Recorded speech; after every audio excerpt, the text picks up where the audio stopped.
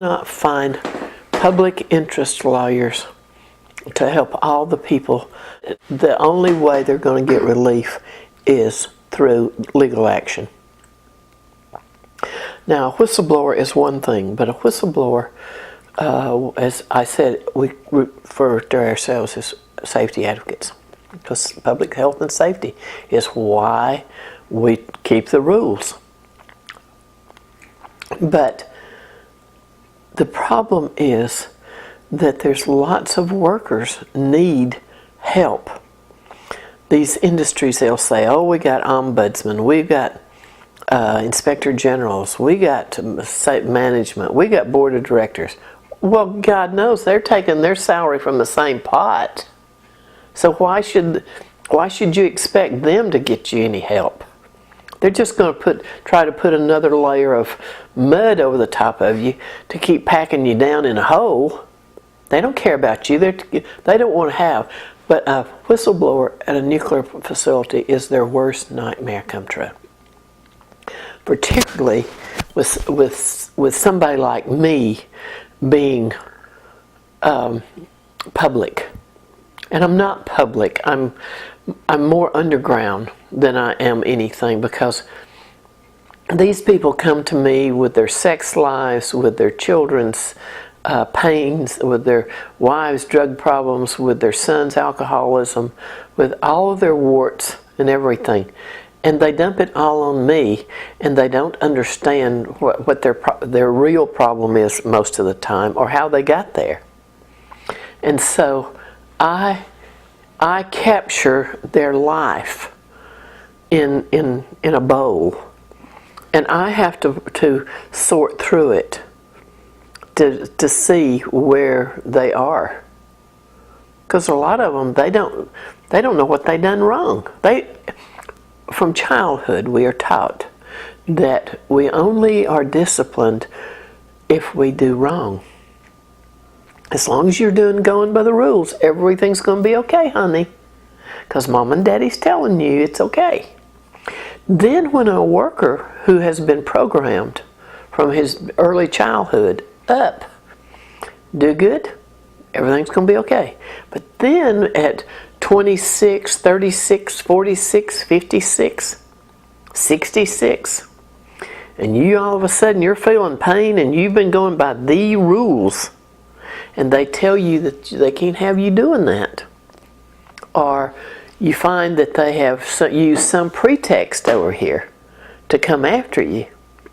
Because that's generally what they'll do. They'll use, we found you answered the wrong telephone yesterday, or you were standing in the bathroom too long, or we were writing you up for, you said you used a cuss word in front of John Doe, and he don't like that. When the real issue is over a safety issue that you're trying to get them to deal with, it's going to cost them money, because somebody back when told you to overlook that and you didn't do it. Those issues create problems for them. So then they got to go back and they got to unwind that ball of twine. They got to start re-rolling that ball of string. And sometimes they don't know where the end of that ball of string is. Because once you take off one layer, and you just keep finding more muck. But people in this country are really not political, but they're being ground. They're like a grinder. The way that yes. People are, just being ground up, and they naive in a way, but they're not political, and they don't think politically, but they're being mistreated and terrorized and intimidated. It's an amazing. Do you know what the driving force of this industry is? It is politics and money. That's all that it is. It's political. It's about power, which is politics. It's about money, greed. We already talked about that. Now, but if people understood the politics of nuclear power, nuclear industry in any form, nuclear weapons, GE makes, they are the world's largest manufacturer of weapons, period. Period. They peddle them all over the world. This is not a secret, except in the minds of everyday people. But the people that are being the most abused by this industry do not have the time or the luxury to sit around and think up how I'm being abused and I need to think about the politics of this. Because you don't, as an American worker, we're not used to the fact that we have to protect ourselves from our employer. And now we've got people in Congress that wants to take away OSHA. They want to take away all the benefits that workers have. They want to take away OSHA. They want to take away safe working conditions. I mean, where does the American worker think they got these rights? These people died to get them these rights. We're a union family. I openly admit that. My husband and his father both. Union members. Long term. My son is union. That's the way we are, because that's what gets you what you want. I mean, to have the American dream comes through the union halls. It didn't come through the corporate offices. It comes through the union halls. Because the American worker has to know and must be aware that they have to be involved in the politics of their community and what goes on around them, so that they will know. Because like the nuclear industry, it will move in with its massive amounts of money. They will buy the new school ground toys. They will buy the new school, this grand and glorious library. They will buy the new politicians. They will get them new offices. They'll be able to buy them the new little trucks. All kinds of things. And it's nothing but bribes to keep your mouth shut and stand up in public and promote me whenever I come to town to build you a new nuclear plant, because I'm going to give you these new, wonderful, cool, clean, green jobs. And right now, I mean, after Fukushima, the AFL-CIO Liz Schuler, who's the Secretary of Treasury of the AFL-CIO, I asked her, what's your view on nuclear power? She says, well, they're good paying family jobs. So we should continue to support the nuclear industry. The IBW said that the situation in Fukushima is completely different than the situation here. Here, no, it's not. It's safe, and that we have proper procedures in the United States, so we're not going to have anything like Fukushima. If that makes him happy, he can keep saying that, but that's a big fat lie. He's lying to himself, and he knows it. Because the workers are being destroyed without compensation for working in these plants. They do pay good. They have to pay good to get people to work there. But once the construction job's over, there's very few jobs left. There's, like most places will have like 1,000 to 1,200 workers to run a plant of 2 units. So, but you've used 5,000 to build it. Is this the best kind of jobs that America can have? The money that this industry takes out of the U.S. taxpayers' hip pocket in subsidies is outrageous. The nuclear industry is second only to the Defense Department in subsidies. Federal taxpayer subsidies. That is nothing but taxpayer money. Why should we pay for the high electricity rates, pay to build our own death warrant? I'd like to choose what I die from, wouldn't you? America should be able to choose what they want to die from. They shouldn't have to worry about that their jobs and their money are going to be used against them, and the corporations reap the benefits. Because when they're through with you, they're through with you. Cancer, all the repercussions of the health issues do not show up the day you walk out of the plant and go to the parking lot and get in your car and leave. The repercussions from radiation exposure can take as much as 40 to 50 years to show up. And you can't chase a body around America and keep up with them as a nuclear worker. The nuclear industry is very cloistered. It's a very small. There's less than 300,000 people works in it today. That's the population of that, and they travel from one plant to the other. They travel from one side of the country to the other. They're always these contractors, and they won't open their mouth. They're like the unions. They won't open their mouth because they want the big money. And that is an addiction to the nuclear plants.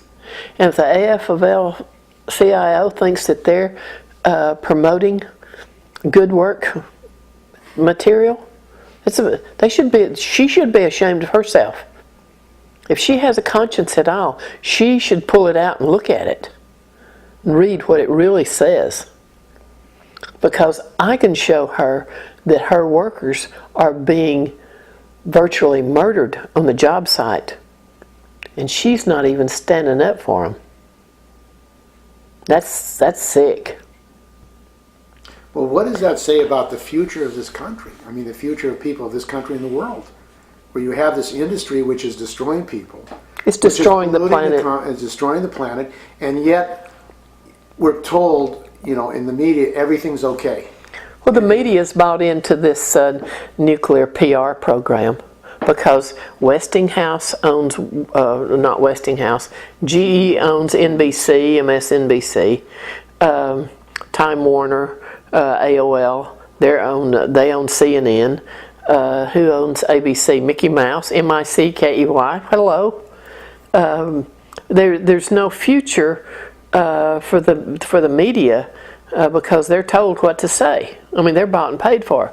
That's the reason why I don't particularly trust the mainstream media. I mean, they come knocking on my door, I'll talk with them, but I don't go hunting them. I mean, today, print media is almost gone, and no offense intended, but I prefer the print media to deal with. Because a printed piece of paper will last for a long time. But once you've run your material, people will forget about it. And we can't talk about it. It's that, I call it the business of corporate bigotry.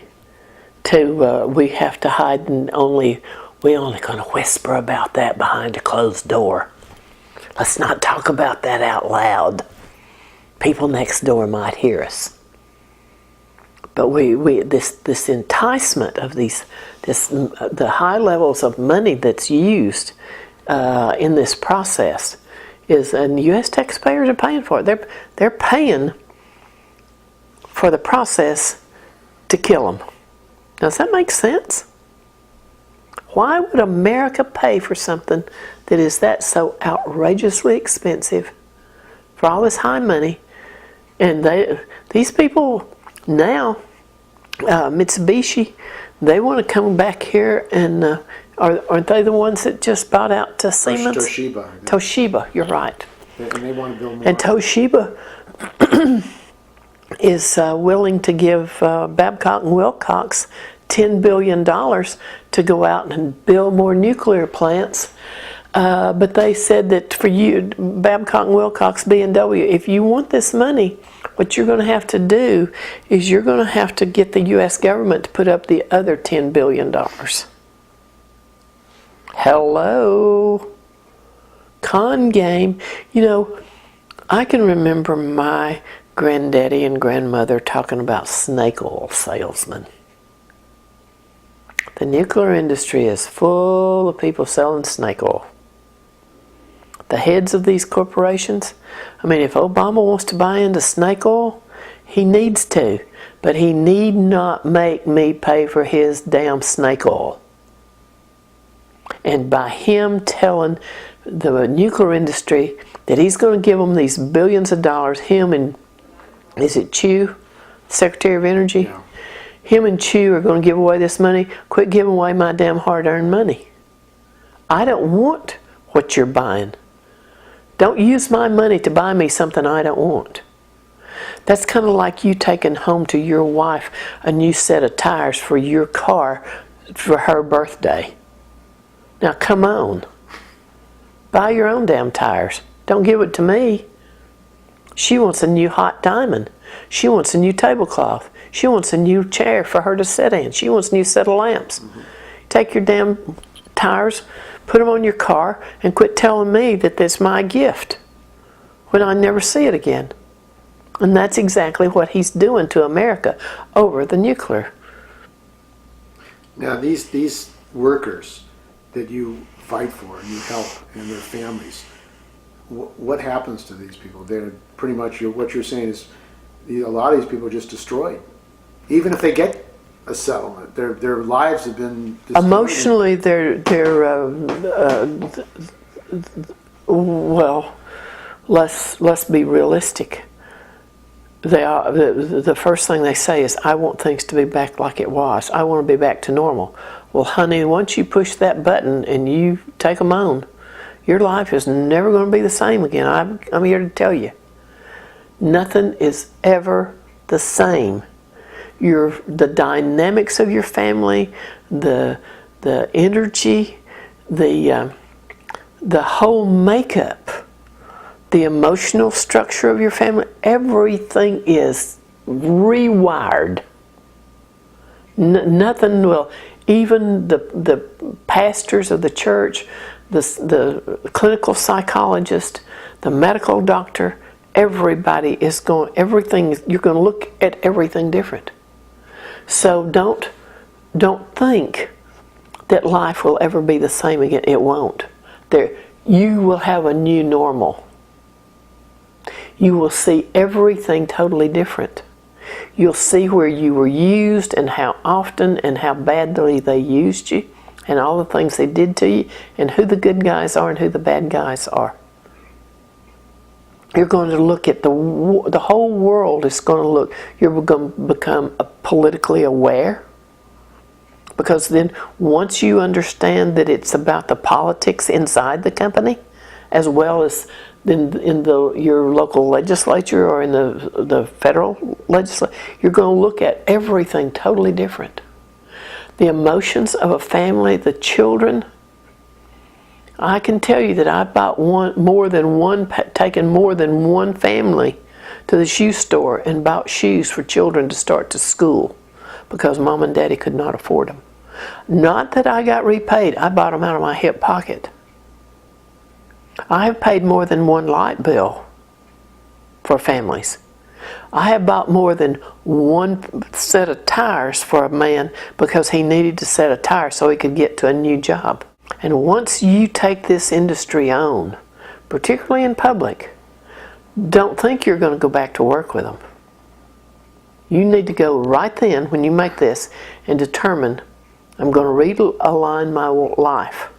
But you're in the midst of such emotional turmoil to think that you have morally and legally stood up for what is right. When you accept that, or when you look back on it and see that, because that's what you've done. You've done something they can never do. They don't know how to do what you've done. And they resent that you make them look bad because they can't do what you've just done. They can't stand up. They don't know how. They don't have the moral backbone to do what you just stood up and done. But what happens is workers who do speak up, who do stand up, go through hell. I mean, they're attacked. Living hell. Living hell. They're attacked, they're harassed, and the intimidation is... I was asked to leave my church. What? I was asked to leave my church because people that worked at TVA, just being seen talking to me in a hallway or in a parking lot or in a grocery store could cost people their jobs. That's the kind of harassment that you can expect. And it's not that the people they think that they think the other. Let me just go back up just for a second. What you're taught as a child is that if you tell on somebody for doing something wrong, you're a snitch, you're a tattletale, you're a whiner. They have all these names for this. And so as you grow up and whenever you identify wrongdoing, those names all come back out against you again as a grown-up, an adult. And you're looking around saying, but that's not what I am. I'm just pointing out that we can't do this because we could go to jail for falsifying documents. I could go to jail for lying about this. This is federal. This is not the state. This is not your local traffic court that you're going to be tried in. You're going to go, the FBI is going to come in. I mean, we have had recently the NRC because they didn't like what one of our complaining workers said.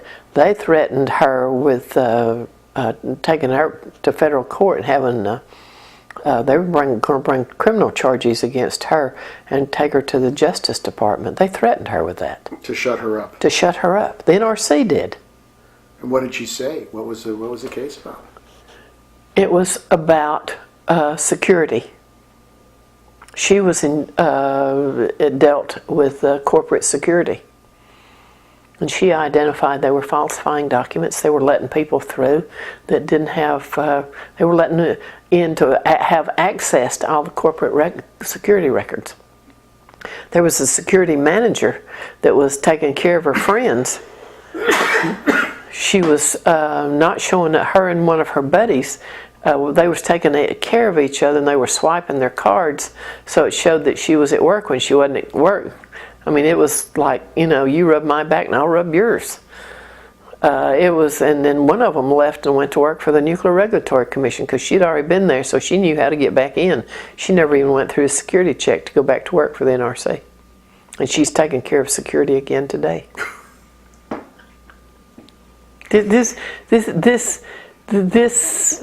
Nobody believes this. You can't make this stuff up. That's right. You cannot make this stuff up. It's unbelievable. Sometimes, whenever I tell about the things that happened, people look at me and say, that just can't be because they've got rules. Yeah, they got wall-to-wall books of rules, but they only pull them down whenever I get them in trouble. They say, oh yeah, we got that rule over here and this is what it is. And they will tell you under oath, we do not approve of workers being intimidated or harassed over safety issues. That is boilerplate corporate America speaking. Because if they admit to it, how many millions of dollars can they pay out for what they did to somebody if they admit it? But then they wait and force you through a system that's corrupt. These administrative law judges, you got to play. You can't even, then you go into these appellate courts. So they can't, most of those judges is put there by corporate America. I mean, they're bought and paid for. They're no different than that 5 that sits on the U.S. Supreme Court. My best friend just died. She was the very first whistleblower to go through the legal system in this country through the nuclear whistleblower statute that was put on the books in 1974. She took on GE and she beat GE. They appealed and they appealed. They took her all the way to the U.S. Supreme Court. The U.S. Supreme Court ruled in her favor 9-0. Her name is Vera English. Virtually every citation of any legal action taken against a utility or the nuclear industry, let me put it that way, against the nuclear industry, starts out English versus TVA. English versus General Electric. She took on GE in Wilmington, North Carolina in the 80s, and her case was remanded back to that same court system who turned her down again and was forcing her back through. She won the battle but lost the war. She's the one that validated the whistleblower statute in the nuclear industry. And today, the nuclear industry is the only one that we got our open window to file a legal claim of 680 days. All the other industries, clean air, water, every coal, all the other industries, they only have 30 days. 30 days, you don't know what hit you yet. You're still trying to climb out of the bed of a morning and go brush your teeth to find out what the hell's going on in my life.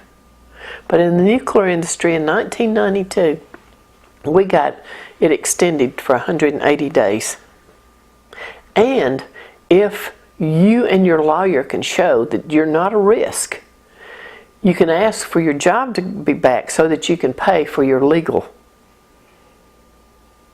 fees, so that you can have, you don't totally lose your wages. Because as long as you're under something where they say, oh, you're a security risk, nobody's going to hire you. So they take your job away from you. They take your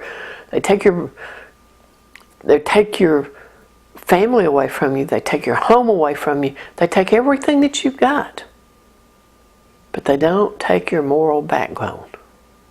They can't have that. I refuse to give it up. How did she able to go through this struggle? How was she able to sustain herself? Very English. She had some savings. She was a single parent for a good long while. She took other jobs. She cleaned houses. She was a housekeeper. She was, when she worked at GE, she was in the labs of the fuel processing plant there in Wilmington, North Carolina. And that was where she was originally from. She was originally, that's not true, that's where she was living, that's where she was working at the time. And she was a lab technician. And she blew the whistle on them. She blew the whistle on them because they were not putting the proper amount of pellets in the fuel rods. Something so stinkingly simple, but they were, that's what they got caught doing. And those things can cause explosions in these reactors.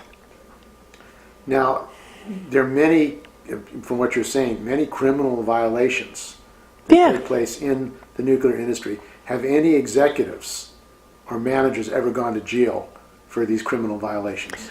What a silly question for you to ask me.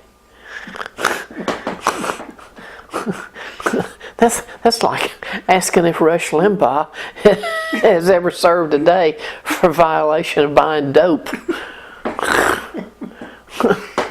So all these criminal violations that are taking place all the time that you've experienced. Yeah. No prosecution. No. No indictment. No. No accountability. No. For these people who are engaged in criminal activity. No, just move them over to the next job. I'll see you down in San Onofre. I'll see you down at Comanche Peak. I'll see you up at Indian Point. I'll see you up at Hanford. Don't worry about it. Just pick up and we'll see you down the road. If you get caught by somebody like me. So, but wouldn't this basically say to these managers, you can do what you want? There's no accountability. That's exactly what it says. Exactly what it says. And what they do whenever they dismiss one is they say, he's taken an opportunity to seek other employment opportunities. That's boilerplate. When they say that, you know that this guy was shoved out the door and they didn't fire him because they might need him to come back as a witness for them. So let's not make him too damn mad. So that's exactly the way that they handle this. I know all the tricks. I worked in human resources. I was a senior mid-level manager, senior management. I did not work for the board, and I wasn't in, but I was 4 places below the board of directors in TVA whenever I left. So you knew exactly how the system operated. I was in the damn meetings when they was persecuting people. I said, you can't do that. You're just looking for a lawsuit. Why would you do that? In depositions, I shut the plants down on 2 separate occasions. In depositions, the head of the area that I shut down, there was 3 of us whistleblowers. And the NRC shut them down, put a stop work order in place. We shut them down for 2.5 years. They couldn't move forward. They had to go back and fix everything. What plant was that? Watts Bar. Cost them $2.5 billion, he said. In 2.5 years, we cost them he said almost $3 billion. That's in a deposition before the trial. So that's the reason to get rid of you and other whistleblowers. Well, duh. It cost them a lot of money. It was cheap to send me to school for $500,000. That's what it cost them to send me to school. They wanted you out of there. At any price. Then, whenever we were taking depositions for the head of nuclear power, who was the one that gave down the order. Because everybody always believes that if I can just get to the top, that fellow up there at the top, if he knows that what they're doing to me down here, everything will be okay. Well, let me tell you, honey, what that guy up there's done, he's pushing all them damn buttons, so they do to you what's getting done to you. So don't ever think that the higher up on the ladder is going to help your problem. And you don't want to go to the media until you've got all your other ducks in a row. Because going to the media will kill you too. But he sat in a deposition and said, and they all admitted to it. We had the notes on it, is one thing that I had, that showed that they, once a week, for almost 5 years, they held meetings with nothing but what I had said to the media on any one given day that week. And if there was a video, such as we're doing here now, like if there was a newscast where I was in a video, there was shots of me or where I made a statement or talked about something, what they did, they ran that and ran that and ran that till everybody was practiced up on what the answer was to be back to the media if they were asked about it. How sick is that? I mean, you're talking about a little old fat woman down on the riverbanks that, because they always talked about, well, you're not an engineer, Miss Harris. Are you an engineer? I said, no, never lied and told anybody I was. Well, how do we know that what you're saying is true? I said, I have a fair understanding of the English language. How about you? You're just a lawyer. Mm-hmm. Don't try to intimidate me to do something that's going to cause me grief. You want to cause yourself grief? I'll make fun of you while you make fun of me on the witness stand. They never fail to say, Mr. Harris, are you an engineer? I mean, I've testified in more trials than I care to talk about. But it's always, Miss Harris, are you an engineer? No, I'm not an engineer. Why would you even ask such a silly question? You know better than that. I thought we were here to deal with legal issues. I've had judges to throw me out of courtrooms. When did that happen?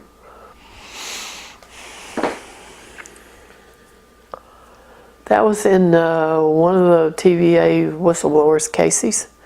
It was up in Knoxville, Tennessee in 1998-99.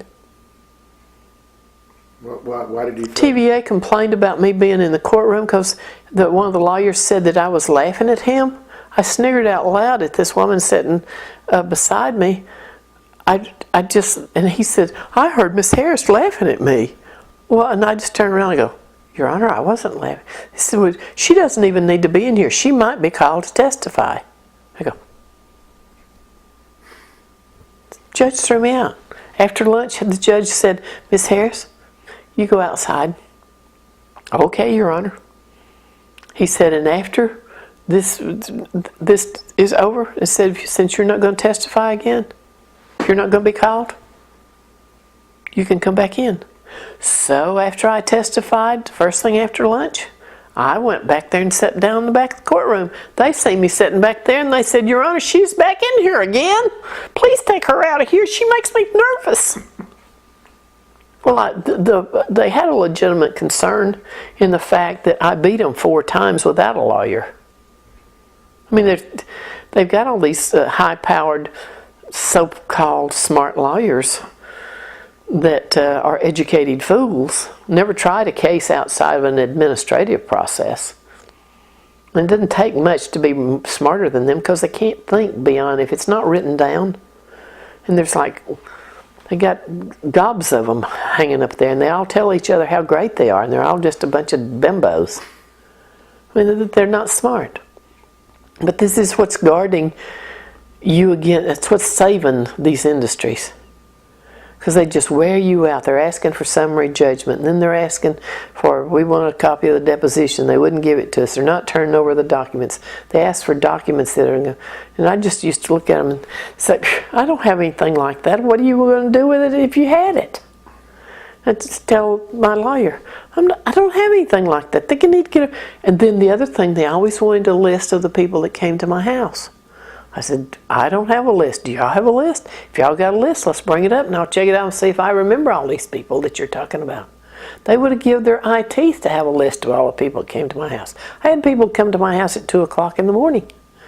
I've had more people show up drunk than I have sober. I mean, you got to, it took nerve.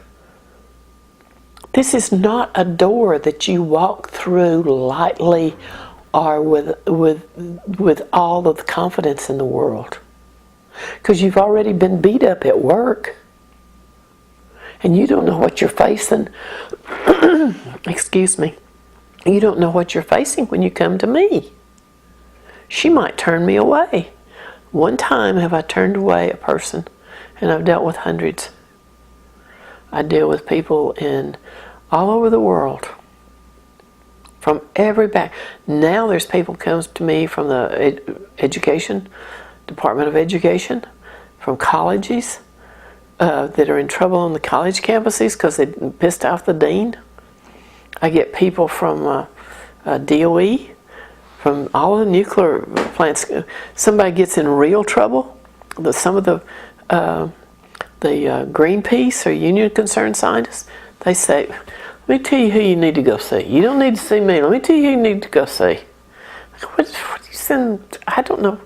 And today, I probably know as much, maybe more, than most people that work in a nuclear plant, because I have to be able to relate your technical expertise back through my mouth and out to an attorney or out to an NRC or an inspector general or a U.S. senator or a U.S. congressman or to a reporter.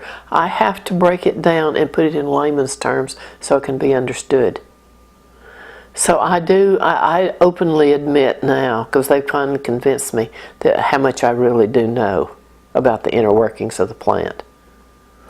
Now, the department... As a whole. The As a whole. The whole picture. And I see, generally speaking, I would only know about the wiring, about the electrical, the cables. Mm-hmm. Or I would know about the instrumentation, I'd know about the piping. Or I'd know about the training, or I'd know about the paperwork. I'd know about security. You have areas of expertise, and that's all you know. That's not been my experience now. Mm-hmm. My experience now is I don't know. I'm not sure what you call me, except some days I call me pretty dumb and pretty tired. The Department of Energy.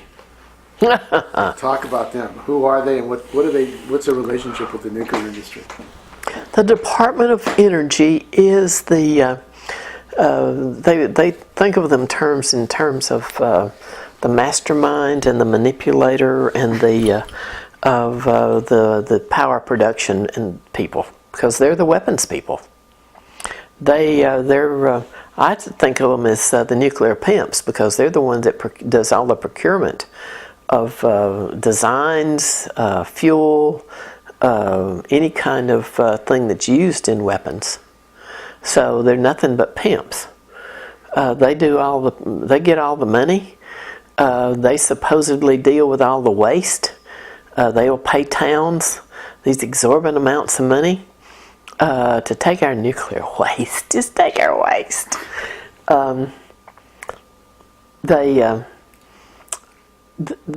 They always tell you how safe everything that they're doing, how safe it is. But these are also the same people, Stephen, that have paid billions of dollars to their workers for what has happened to them in these weapons facilities and in these fuel facilities, these fuel fabrication facilities. So don't tell me what a great job you're doing. And they do nothing but procure for the Department of Defense. That's their sole purpose. You look them up and that's what they are. They're pimping for the Department of Defense, and they're using street prostitutes, which is the nuclear power industry.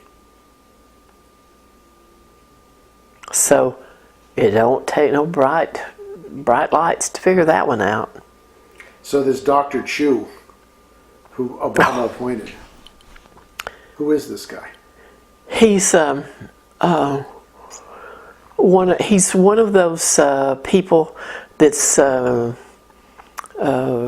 highly educated, lacking in common sense, has no practical experience of out on the streets of what the realities of what's happening in these communities and around the country, of what his product has produced.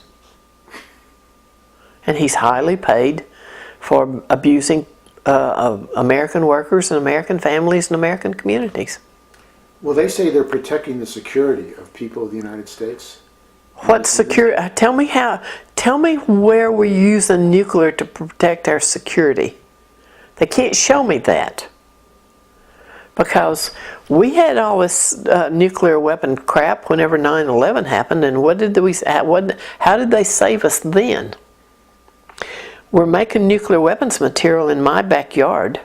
It showed up on the front page of the Moscow Russian newspaper Izvestia in 1995, even to how many ounces had to be produced each year for the Americans to use to enhance their bombs, because enhancement means that it's only an atomic bomb. When you put tritium with it, it becomes a hydrogen bomb. So you're going from blowing up in 7 seconds reduced to 3 seconds. I mean, you know, which one do you choose? You choose your poison. And this security issue, that's some more of that snake oil. We don't fight nuclear wars. We're sending our boys to the deserts and killing them off. We're using depleted uranium bullets, but those are radioactive. We're contaminated everywhere we're going there. We're bringing home bodies from out of the war zones that's got as much radiation as somebody that's been working in a nuclear plant for 10 years. What kind of security is that? Shooting them in our own people in the back? How damn unfriendly can you get? Don't give me any more don't give me any more of this silly crap about this national security crap. Tell me something that didn't come out of Grimm's fairy tale. That's about as grim as you can get. But you know, it's crazy. You know, depleted uranium. We're using it's not depleted. In bombing, it's not depleted. That's right. Okay, so it's really not depleted uranium. They're using actual uranium bullets on the battlefield and contaminating our own people. Yes. Besides the people there. Yes. Desert Storm, remember that story? About all these soldiers that was coming home from, they didn't know what was the matter with them? It's called radiation poisoning, for God's sake. We take one of these depleted uranium bullets and you put it into a tank, blow it up, guess what you got laying there? You've got a pile of radioactive hot spot laying there wherever that, and it shoots right through, it penetrates the armor. Well, don't that just make your day? And then the wind carries it, and the dust carries it. And does the same thing over there that it does over here. We've got 104 of these nuclear power plants in this country.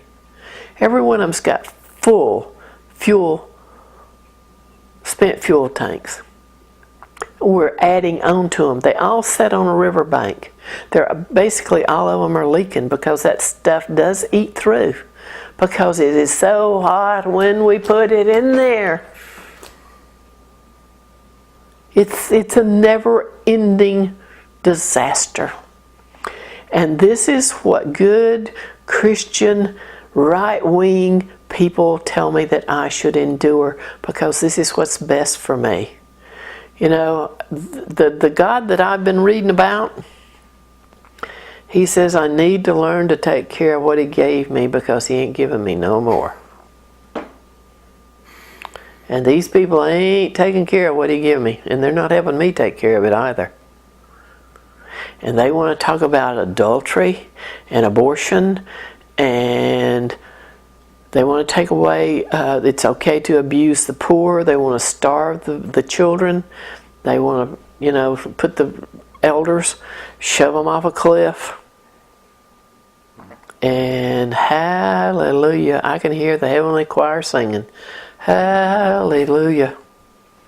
Y'all get ready, because He ain't giving you no more. Where is their conscience? Where's America's conscience? What has happened to it? When are we going to wake up? When are people in this country going to wake up? I think they've slept long enough, don't you? I think it's time for everybody, you know, to get their backbone, reach back there in their hiney and pick it up and shove it up between their shoulder blades and quit buying snake oil. Now, what about people getting together, and the people who are fighting back and have a backbone and are organizing to get the information out?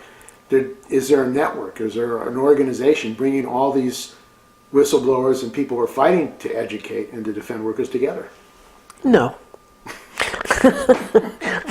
As Will Rogers says, I'm an activist. I belong to my community. I don't. That's not exactly how I said it, but we're not organized. Quite honestly, we've had some major successes.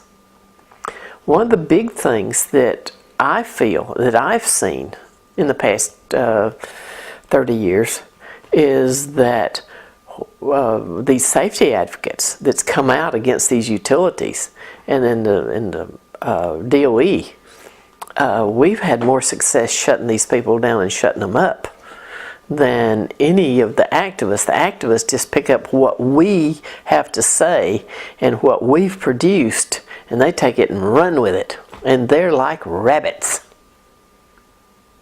And we're having some success. Whenever Watts Bar came online in 1996, it was 110 or 111. Well, since then, we're down to 104. And right now, I suspect that Indian Point's going to fall, and Vermont Yankee. And I'm not sure after today's news but what TVA may have to rethink their position on Unit 2 at Watts Bar down here in Tennessee. And with that disaster that they built and been propping up for years, them and the NRC has been propping up down in Alabama, it's an exact replica by the same people, by the whole, everything is the same thing, except it's just on the other side of the world is Fukushima Daiichi sits down there, and they're not having, tornadoes took out the grid. The reactor was they had station blackout, which they didn't have any backup power. It was out of the reactor was out of control. They couldn't do anything with it for almost an hour because they had difficulty starting up the emergency diesel generators, even though they wasn't underwater. So I had you don't get this stuff.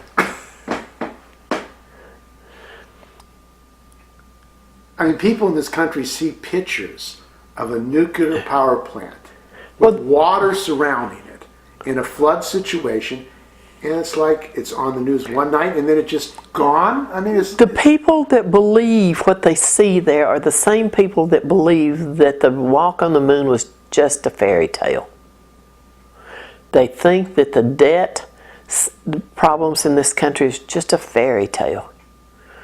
They're so busy with their head down, trying to make a living, trying to keep their head above water, that they can't worry about this nuclear industry with trying to keep its head above water.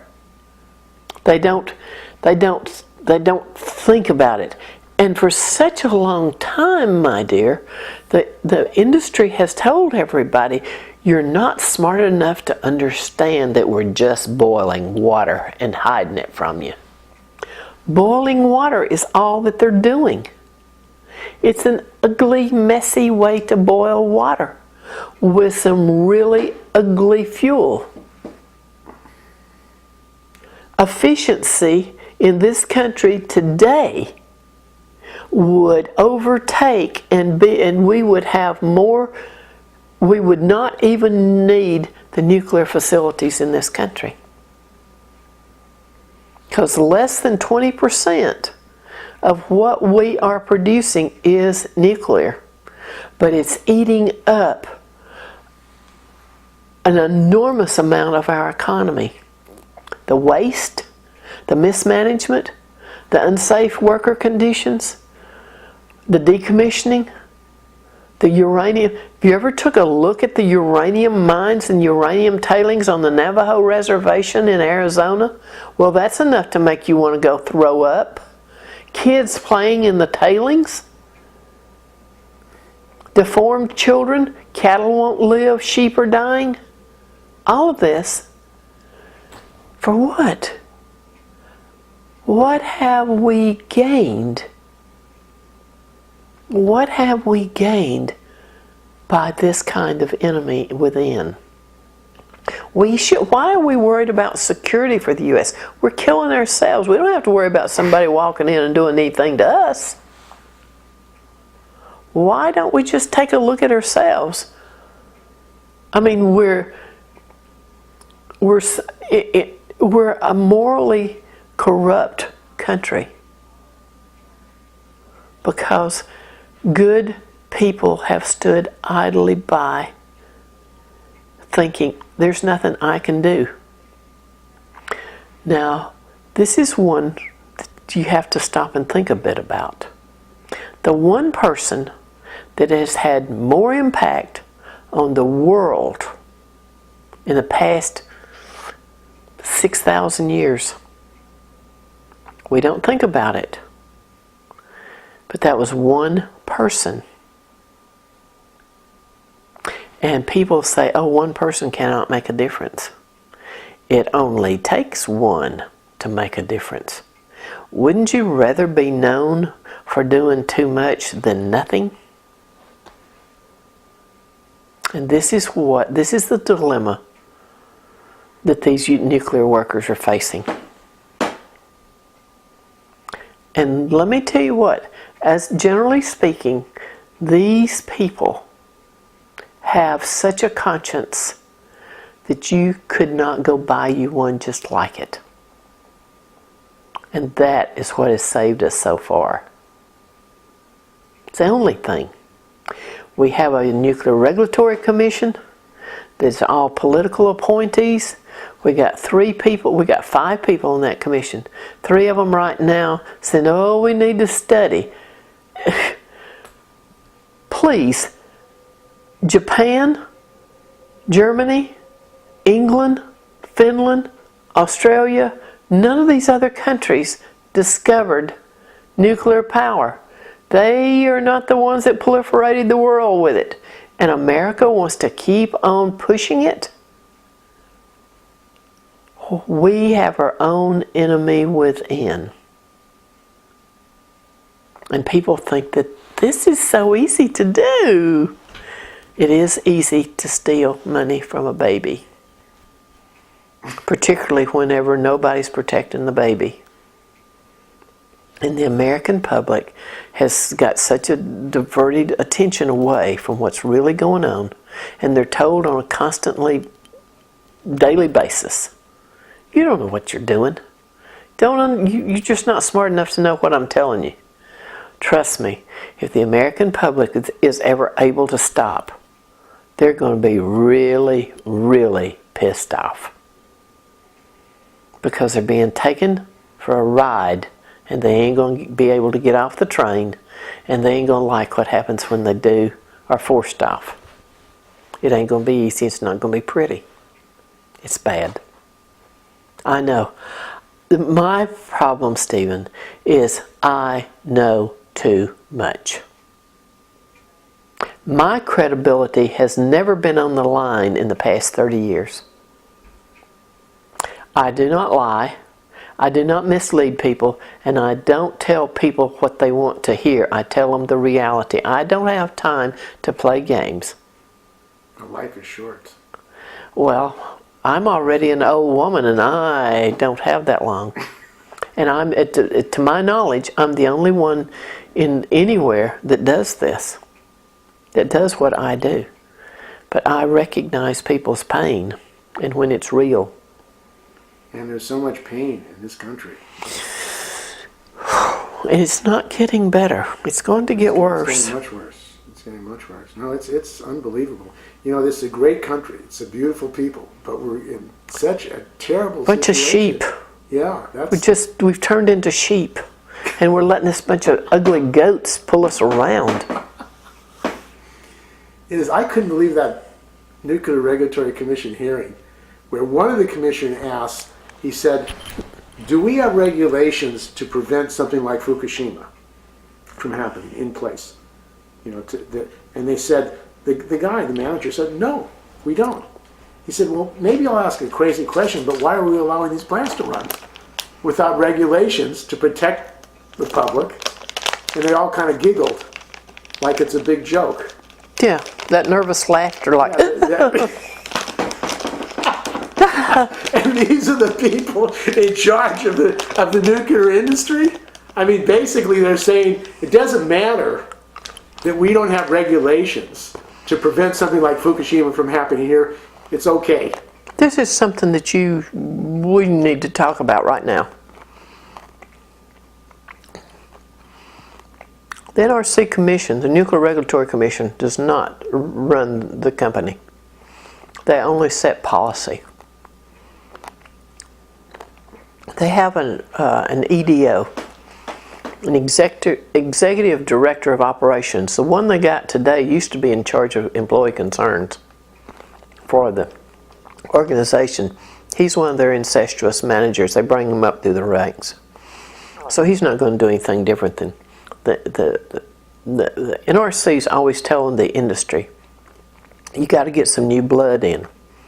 But the NRC don't do it to themselves. They just keep bringing the same incestuous activities and management styles, and people keep the same ones going.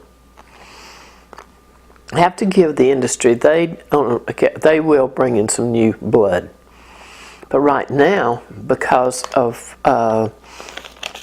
workers that they've abused so bad that left, they don't have qualified people to run these plants.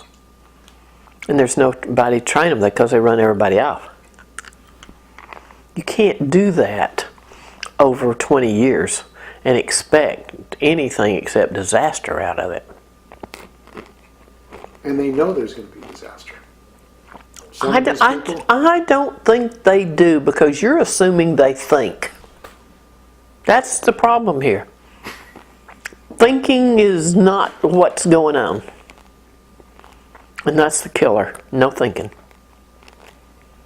But that's what the industry wants. The industry just wants to make profits, get rid of the whistleblowers, and just business as usual.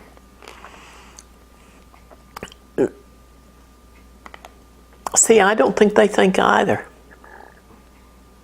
Well, they do think about profits. They think in these little bitty... How much profit can we make? How much money can we make? Well, see, that's the bookkeeper of the companies running that company. What does the bookkeeper know about what's going on out in the plant? Right. The bean counter. The bean counter, the bookkeeper. That's right. Your financial officer is the one that's making this company run. And they really just want to keep their profits as high as possible, regardless of the cost. Don't call the COO, call the bookkeeper. Call Mary Jane down there in the finance department. She's the one that knows. They got her buried over there in some far corner. She's got stacks of computer printouts so you can't see her and you have to turn sideways to get in there and say, Mary Jane, how we doing today? She says, well, we only lost 13 cents on the watt. Well, Mary Jane, how are we going to pay the employees this week? Don't worry, we'll just tap in over there, send a bill. We got to pay the NRC. In 1993, I found a document, and today it's been implemented as a management policy and procedure with the NRC. I uncovered a document where the NRC was being directed to turn over all the whistleblowers, their names, their contacts, every bit of the information they had, what their issue was, back over to TVA and to the utility. Today it's practiced all across the United States. Isn't that illegal? No. Let's put it in the policy and procedures and it's okay. How would you like to go to Sunday school or to... how would you like to go to the eye doctor and find out that all your medical records, where you had had a vasectomy, that the medical records were sitting over there with the eye doctor? Wouldn't that kind of piss you off? What does the eye doctor need to have with your... it's crazy. There are no checks and balances. It's just, I told you so. What the hell is this I told you so crap? Don't just tell me so. You can't, and half of what they say they can't prove. If anybody calls them on it, which I do, I stand up in public meetings, say, okay boys, and that's what I call them, boys, because they're 8-year-old boys playing with Tinker Toys. They don't know that they're disasters in there. They're going to blow up. They're firecrackers. It's going to blow up in their hands. It's going to burn them bad. They don't play. And I won't let them give me that nuke speak crap.